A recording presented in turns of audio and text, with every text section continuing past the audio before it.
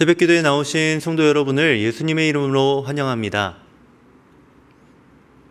마음 모아 샘물의 기도를 하나님께 드립니다. 먼저 우리의 믿음을 고백합니다. 여호와는 나의 목자시니 내게 부족함이 없으리로다. 아멘. 하나님을 우리의 목자로 고백하며 오늘도 주님의 인도하심을 구합니다. 우리의 부족함을 아시고 채워주시는 하나님께 감사하며 하루를 시작하게 하옵소서. 교회와 예배를 위해 기도합니다. 주의 집에 사는 자들은 복이 있나니 그들이 항상 주를 찬송하리이다. 아멘. 예배를 시작하는 하루를 주신 주님께 감사드립니다. 생명의 말씀이 모든 예배를 통해 우리 마음에 심어지게 하시고 말씀을 통해 생명의 능력을 체험하게 하옵소서.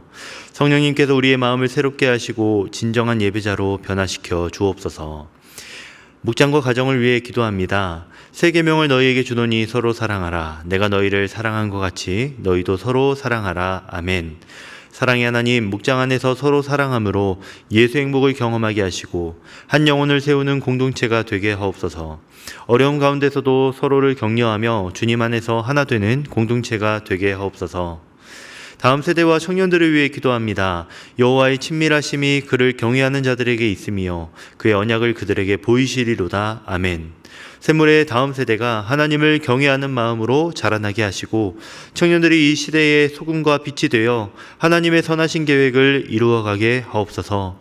하나님의 부르심을 깨닫고 각자의 자리에서 주님의 제자로 쓰임받게 하옵소서.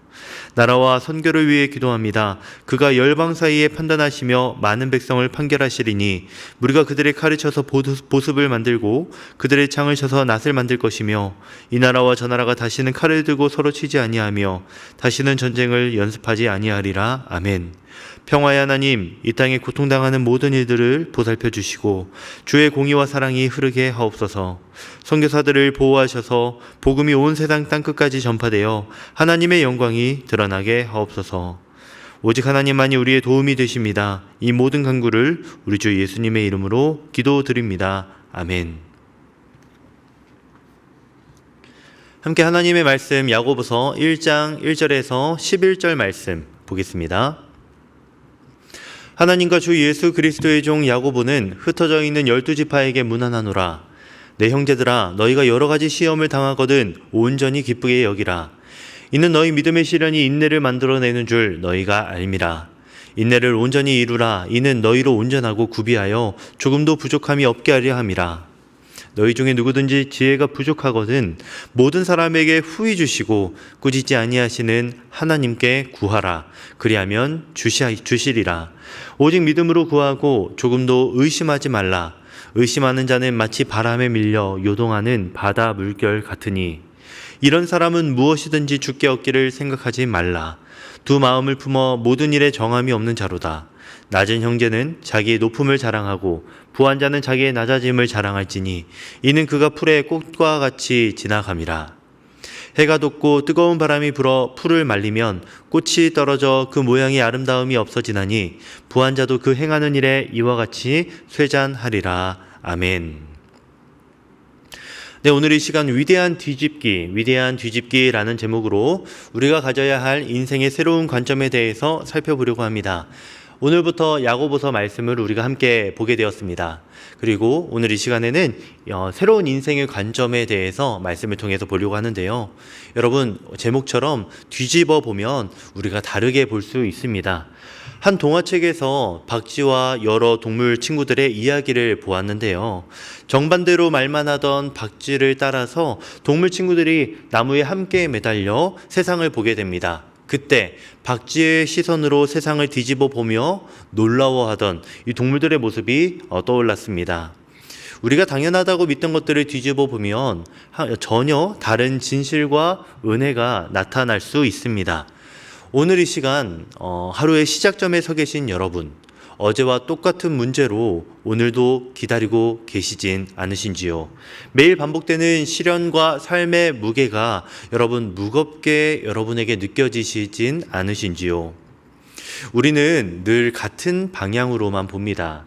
위를 향해, 더 많이를 향해, 그리고 더 높이를 향해서 우리는 늘 달려가죠. 그런데 예수님께서는 우리를 뒤집어 보게 하십니다. 아래를 보라, 비우라, 내려가라 라고 말씀하시며 세상이 바라보는 그 방식을 완전히 뒤집어 버리십니다. 야고보서 1장의 말씀은요, 이 놀라운 뒤집기의 선언문입니다. 예수님의 친동생이었던 야고보, 그는 30년 동안 예수님과 함께 살면서도 형을 온전히 이해하지 못했을 겁니다. 그러나 부활의 예수님을 만난 순간 그의 세계관이 완전히 뒤집혀지게 됩니다. 그가 경험한 이 위대한 뒤집기가 오늘 본문에 고스란히 담겨 있죠. 그렇다면 성도 여러분, 그리스도인은 무엇을 어떻게 뒤집어 보아야 할까요? 먼저 우리는 시련을 뒤집어 보아야 하겠습니다. 시련이 선물이다. 오늘 야고보는 우리에게 시련을 선물로 여기는 관점에 대해서 말씀해주고 있습니다. 그는 충격적인 명령으로 시작하는데요. 2절의 말씀, 내 형제들아 너희가 여러 가지 시험을 당하거든 온전히 기쁘게 여기라. 시련을 만나는데 기뻐하라니요. 그러나 여러분, 이것이 성경이 말하는 위대한 뒤집기임을 믿으시기 바랍니다. 여기서 시험은 외부에서 오는 시련을 뜻합니다. 여러 가지 시험이란 다채롭고 다양한 색깔처럼 각양각색의 어려움을 의미합니다. 그런데 온전히 기쁘게 여기라라 말하며 완전한 기쁨, 순수한 기쁨을 우리를 향해 외치고 있습니다. 야고보는 삶의 다양한 문제 앞에서 부분적인 기쁨이 아닌 온전한 전적인 기쁨을 우리에게 지금 요구하고 있습니다. 이러한 역설의 인생에 대해서 고대 스토아 철학자들도 고난을 있는 그대로 받아들이다라고 이렇게 말했습니다. 그러나 그들의 받아들임은 감정을 죽이는 체념적인 포기하는 수용이었지요. 반면에 야고보가 말하는 이 기쁨은 살아있는 기쁨, 적극적인 기쁨입니다. 왜 그럴까요? 3절이 대답해주고 있는데요. 이는 너희 믿음의 시련이 인내를 만들어내는 줄 너희가 알미라. 네, 시련은 무의미한 고통이 아니라 목적이 있는 과정이기 때문입니다. 도자기 장인은요, 흙을 빚은 후에 반드시 그 흙으로 만든 그 작품을 가마 안에 넣습니다. 1300도의 이 뜨거운 불가마는 도자기에게 시련이죠. 그러나 그 시련을 통과해야지만 아름답고 단단한 도자기가 됩니다. 욥은 이에 대해서 그가 나를 단련하신 후에는 내가 순금같이 정금같이 되어 나오리라 라고 말했었습니다. 요셉도 형들에게 팔려가는 그 시련을 겪었지만 후에 당신들이 나를 해하려 했지만 하나님께서는 선으로 바꾸셨다라고 말했었죠. 성도 여러분, 여러분이 직면한 시련은 무엇입니까? 직장의 어려움, 가정의 불화, 건강의 문제가 있진 않으십니까? 정말 괴롭고 힘드시겠지요. 그러나 여러분에게 오늘 말씀이 귀한 힘이 되기를 바랍니다. 오늘 하루 왜 나에게 무엇을 위해? 라고 물을 수 있는 여러분의 그런 은혜가 있기를 바랍니다. 하나님은 그 시련을 통해서 여러분을 온전하고 구비하여 조금도 부족함이 없는 성숙한 그리스도인이 되도록 하실 겁니다. 왜 나에게를 넘어서서 무엇을 위해라고 물을 수 있는 그런 은혜가 여러분에게 있기를 바랍니다. 우리를 위해서 고난의 십자가를 기꺼이 걸어가신 그 예수님을 기억하며 여러분도 그 시련을 통하여서 하나님의 선물을 누리고 발견하게 되시기를 주님의 이름으로 축원합니다. 아멘. 그리스도인은 무엇을 어떻게 뒤집어 보아야 할까요? 두 번째로 무지함입니다. 네, 무지함. 그래서 무지를 인정하라. 여러분, 무지함을 인정하시기를 바랍니다. 여러분, 5절의 말씀은요, 놀라운 약속을 우리에게 주고 있습니다. 너희 중에 누구든지 지혜가 부족하거든 하나님께 구하라. 지혜를 얻는 첫걸음은요, 바로 내가 모른다는 것을 인정하는 것입니다. 이것이 두 번째 역설, 뒤집기입니다. 우리는 보통 많이 알수록 지혜롭다라고 생각합니다. 책을 많이 읽고 경험을 쌓고 공부를 하면 할수록 지혜롭다라고 우리는 믿습니다. 그런데 야고보는 정반대로 말하고 있죠. 지혜가 부족하거든. 내가 먼저 부족하다라는 것을 깨달아야 합니다. 그리고 하나님께 구하라라고 말하고 있죠. 스스로 채우는 것이 아니라 하나님께 받는 그것이 바로 지혜라고 우리에게 가르쳐주고 있습니다. 이와 관련하여서 철학자 소크라테스는 내가 아는 것은 내가 모른다는 사실뿐이라고 말하였습니다. 참 귀한 말이죠. 그런데 그는 거기서 멈춰버립니다. 그러나 우리의 야고보는 한 걸음 더 들어갑니다. 모르는 것을 아는 데서 끝나지 않고 아시는 분께 구하라라고 우리에게 가르쳐주고 있죠. 그리고 그 놀라운 것은 하나님께서 우리가 구할 때 모든 사람에게 후히 주시고 꾸짖지 아니하신다라는 것을 말합니다. 우리가 몰라도 혼나지 않는다. 오히려 넉넉히 주신다라고 야고보는 말합니다. 솔로몬을 여러분 생각해 보십시오. 왕이 된 그는 하나님께 뭘 달라고 해야 할지 몰랐습니다. 그래서 솔직하게 말하였죠. 나는 작은 아이여서 출입할 줄을 알지 못합니다. 그리고 그는 하나님께 지혜를 구합니다. 하나님께서는 그 겸손한 솔로몬의 고백을 기쁘게 여기셨고 그를 가장 지혜로운 왕으로 만들어 주십니다. 그와는 반대로 신약 성경의 바리새인들, 그들은요 자신들이 다 안다라고 생각을 했습니다. 율법을 외우고 있었죠. 전부 다 잘 알고 있었습니다. 그렇지만 정작 생명이 되어주신 예수 그리스도, 그분에 대해선 그들은 알지 못하였습니다. 오늘 여러분이 풀어야 할 인생의 문제 무엇이 있습니까? 그 전에 여러분 인정하시기를 바랍니다. 하나님, 저는 모릅니다. 저에게 지혜를 주십시오. 라고 하나님께 구해야 합니다. 더 나아가 6절의 말씀은요, 믿음으로 구하고 조금도 의심하지 말라라고 말합니다. 우리는 자꾸만 의심하고 싶어 하죠. 내 머리로 이해가 안 되니까 의심하는 겁니다. 하지만 내가 모른다는 걸 인정했다면 어린아이처럼 우린 단순하게 믿고 구할 필요가 있습니다. 예수님께서는 자신이 곧 하나님의 지혜라고 말씀하셨는데요. 여러분, 많이 아는 것이 지혜가 아니라 우리가 예수님을 아는 것이 지혜임을 기억하시기 바랍니다. 모른다고 인정할 때 진짜 지혜가 시작이 됩니다. 그리고 하나님의 지혜이신 예수 그리스도를 바라볼 때 우리에게 필요한 지혜가 채워지게 됩니다. 여러분, 그러니 눈을 들어 예수님의 말씀을, 그분이 하신 일을 바라보십시오. 여러분에게 넘치는 지혜를 주실 주님을 확신하십시오. 이것이 그리스도인이 살아가는 두 번째 역설, 인생의 완벽한 뒤집기입니다. 위대한 뒤집기라는 제목으로 우리가 뒤집어 보아야 할 인생의 진리에 대해서 배우고 있습니다. 마지막은 이것입니다. 낮은 곳이 높은 곳이다. 네, 그렇습니다. 낮은 곳이 높은 곳입니다. 정말 높은 곳은요, 바로 낮은 곳이다라는 것을 여러분 명심하시기를 바랍니다. 9절과 10절은요, 완전히 뒤집힌 인생의 가치관을 우리에게 가르쳐 줍니다.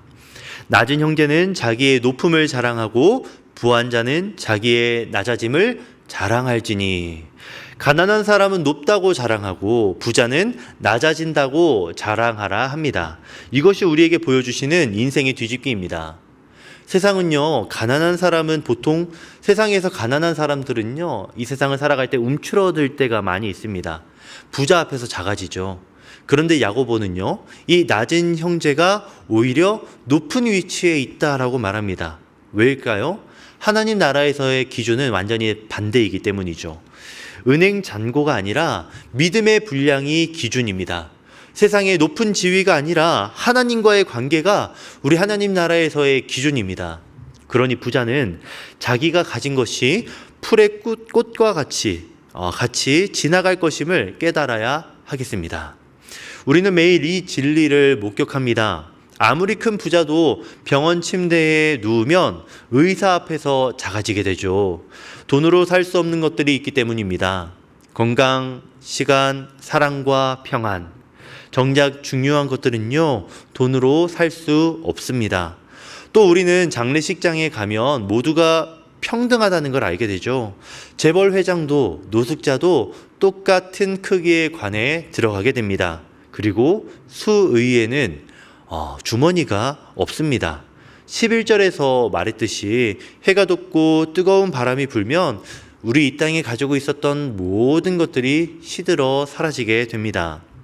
누가복음 16장에 부자와 나사로를 생각해 보십시오.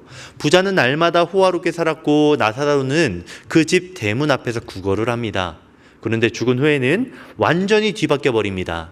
나사로는 아브라함의 품에, 그리고 부자는 음부에 들어가 있습니다.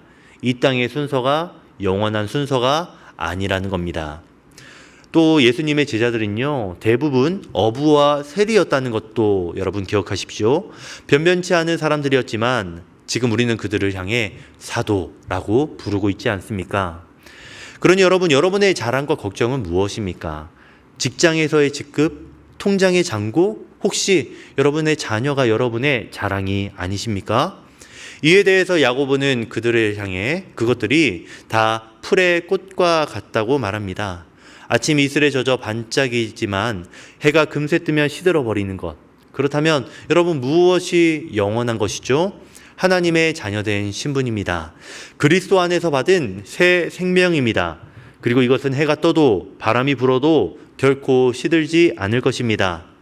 세상은 높은 곳을 향해서 질주합니다. 더 높은 연봉과 더 큰 집과 차를 추구합니다. 그러나 그리스도인은 다른 방향을 보게 되죠. 낮은 곳에서 발견되는 참된 가치를 그리스도인은 압니다. 겸손한 자리에서 만나는 하나님의 은혜를 압니다. 낮은 곳이 오히려 높은 곳임을 압니다. 그러니 성도 여러분, 낮은 곳에서 우리를 높여주시는 우리 주님을 만나시기를 주님의 이름으로 축원합니다. 네, 이제 말씀을 맺습니다. 성도 여러분, 우리는 오늘 인생의 세 가지 위대한 역설을 보았습니다. 시련이 선물이 되는 역설, 무지가 지혜가 되는 역설, 그리고 낮음이 높음이 되는 역설. 이것이 야고보가 발견한 비밀이었습니다. 예수님의 친동생이었던 그는 처음엔 그 형을 이해할 수 없었을 겁니다. 왜 스스로 저 고난을 택하는지, 왜 가난한 자들과 함께하는지, 왜 섬기는 자리로 내려가는지 그는 잘 이해할 수 없었을 겁니다. 그러나 부활의 예수님을 만난 후 그는 깨달았을 겁니다. 십자가가 면류관이라는 것을, 죽음이 생명의 문이었다는 것을, 그리고 가장 낮은 그 자리가 가장 높은 보좌라는 것을 그는 비로소 알았을 겁니다. 새벽 어둠 가운데 계신 여러분, 곧 동이 틀 겁니다. 해가 떠오르면 어둠은 물러갑니다. 지금은 어둡고 힘들지만 그 시련 너머에 찬란한 아침이 기다리고 있습니다. 그러니 오늘 하루 역설의 길을 걸어가십시오. 하나님께서 여러분의 인생을 뒤집어 주실 겁니다. 넘어질 때 일어서는 힘을 여러분에게 주실 것입니다. 모른다 할 때 여러분에게 참 지혜를 주실 것입니다. 여러분이 낮은 곳으로 믿음으로 걸어가게 될 때 여러분 이 세상 가장 아름답고 높은 보좌로 여러분을 인도하실 겁니다.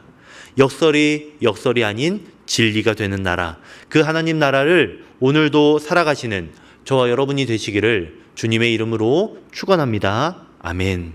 기도하겠습니다. 오늘 이 시간 시련을 선물로 여기며 인내하는 하루, 무지를 인정하며 지혜를 구하는 하루, 낮은 자리로 기꺼이 가는 하루, 그런 하루 우리 함께 살게 해달라고 기도하신 후에 개인적인 기도 드리시기를 바랍니다. 함께 기도하겠습니다.